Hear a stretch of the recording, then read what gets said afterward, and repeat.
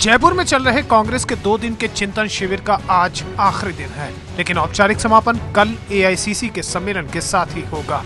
अलग अलग मुद्दों से जुड़े विषय समूहों के बीच राय मशविरे की प्रक्रिया थम जाएगी और इन समूहों की ओर से निकाले गए निष्कर्ष पर शाम को पार्टी की कार्यसमिति की बैठक में अंतिम चर्चा होगी। दोपहर 2 बजे सभी ग्रुप्स के चेयरमैन पार्टी अध्यक्ष सोनिया गांधी से भी मुलाकात करेंगे।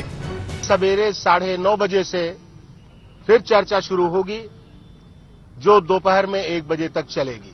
जो विचार सामने आएंगे उनको विषय समितियों के जो सभी अध्यक्ष हैं वो आपस में बैठकर इकट्ठा करेंगे, एक जगह चयन करेंगे और सबकी इच्छाओं, आकांक्षाओं और सुझावों के अनुरूप एक प्रपत्र तैयार किया जाएगा। शाम को जब कांग्रेस कार्यसमिति की बैठक होगी 6:30 बजे, तो उसमें रखा जाएगा। कांग्रेस कार्यसमिति के स्वीकार करने के बाद जब अखिल भारतीय कांग्रेस कमेटी की बैठक होगी उसमें वो रखा जाएगा। शिविर में कई नेता राहुल को बड़ी जिम्मेदारी देने की पैरवी कर रहे हैं और ये मुद्दा आज भी उठ सकता है। हालांकि राहुल ने इस मुद्दे पर अब तक चुप्पी नहीं तोड़ी है।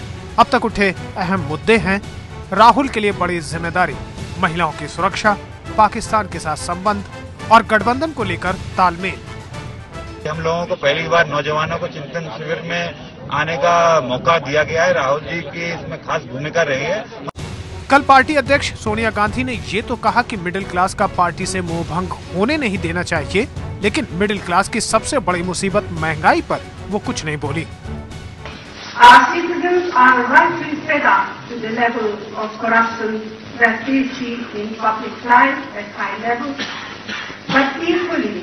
with the corruption they have to deal with in their daily life. This is a phenomenon, a journey that we must understand and continue to respond to.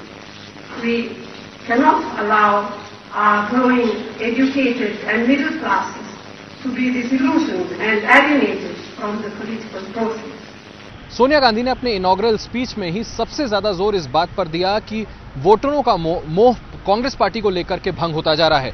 Sonia Gandhi ने खास तौर पर यह बात कही कि इंट्रोस्पेक्शन का वक्त आ गया है और पार्टी को यह सुनिश्चित करना पड़ेगा कि मिडिल क्लास का मोह पार्टी से कभी कतई भंग ना हो और इसके लिए बाकायदा पार्टी के कार्यकर्ताओं और नेताओं को सोनिया गांधी ने अपने भाषण में निर्देश दिए कि इसे लेकर के पूरे जोर शोर के साथ पार्टी को अब काम में जुट जाना चाहिए।